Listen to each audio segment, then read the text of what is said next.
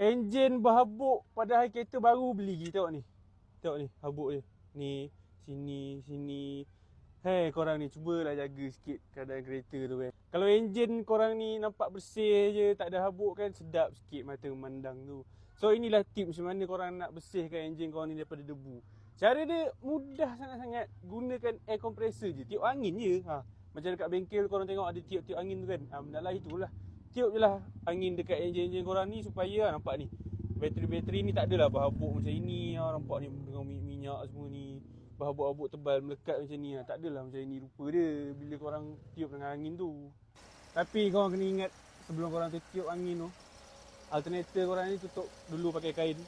Sebab untuk mengelakkan daripada angin yang korang tiup tu membolehkan habuk-habuk dan kelembapan ke apa ke masuk ke dalam alternator ni. Sebab habuk-habuk yang masuk ke dalam alternator tu boleh menyebabkan alternator korang rosak. Alternator dah lah mahal juga. Okay.